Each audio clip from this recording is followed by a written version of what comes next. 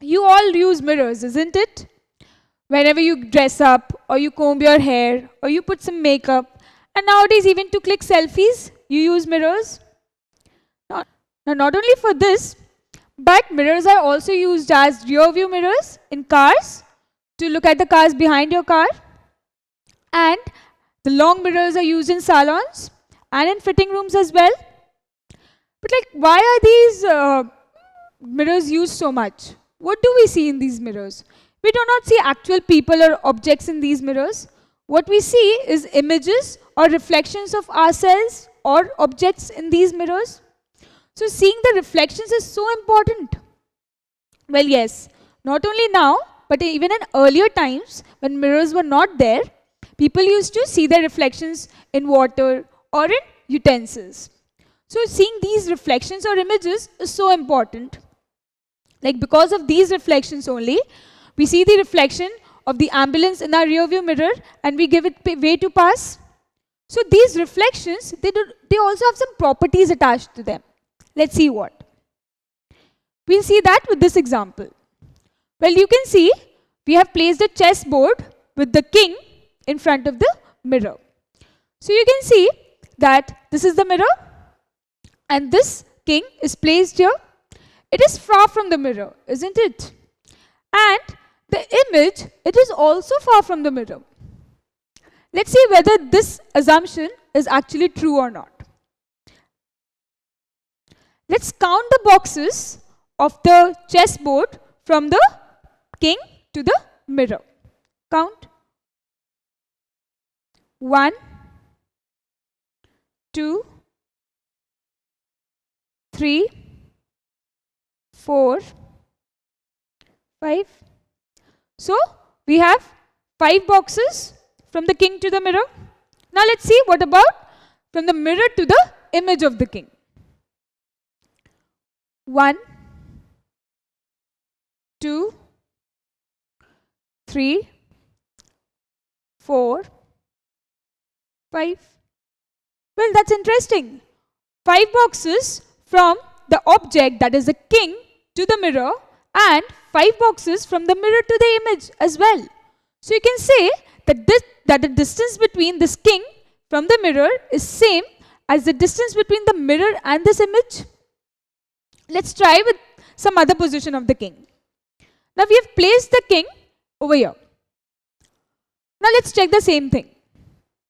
Here, if you count, you will be able to see that the object, that is the king, is placed in front of the mirror. Let's count the boxes. 1, 2. Now let's count the boxes from the mirror to the image. You can see 1, 2. Well, again it's same. So what do we conclude?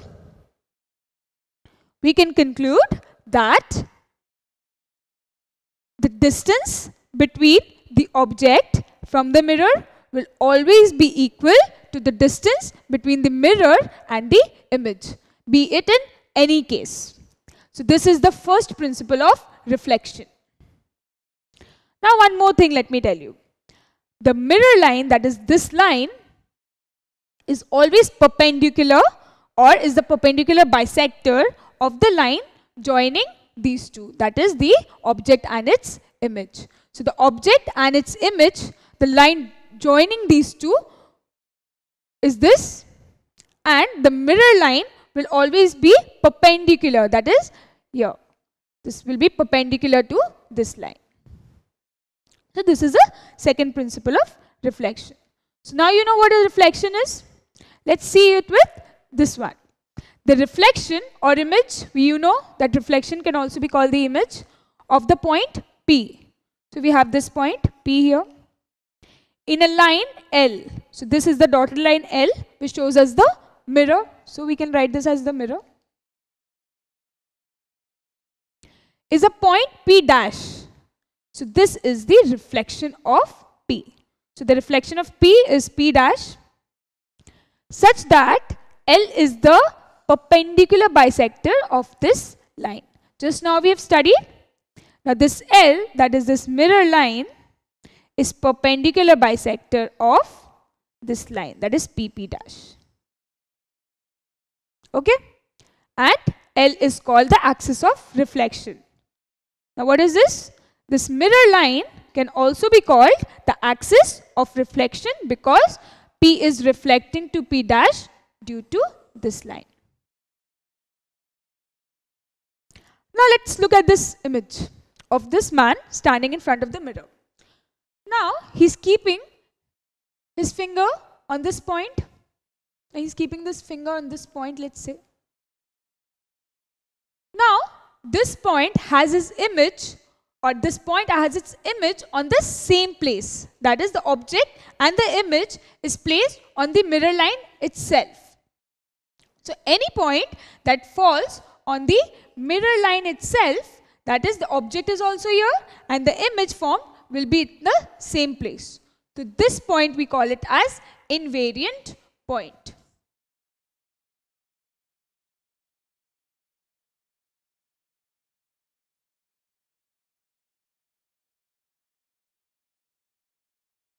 So what did we study about invariant point? The image of an invariant point is the point itself. So here this point will have the image on top of it. It will be the same place. Invariant points always lie on the mirror line. Just the example I show you. Suppose that this is the mirror line. So the point will lie on the mirror line itself. Now let's take this example. This is the map of India, you can see. Now if we have placed the city Bangalore in this point, and these are the various other cities. We have not named them. Now can you tell me, among the cities say A, B, C, D and E, which can be the reflection of Bangalore if this red line is the mirror line? You have to find out the reflection of Bangalore. Tell me.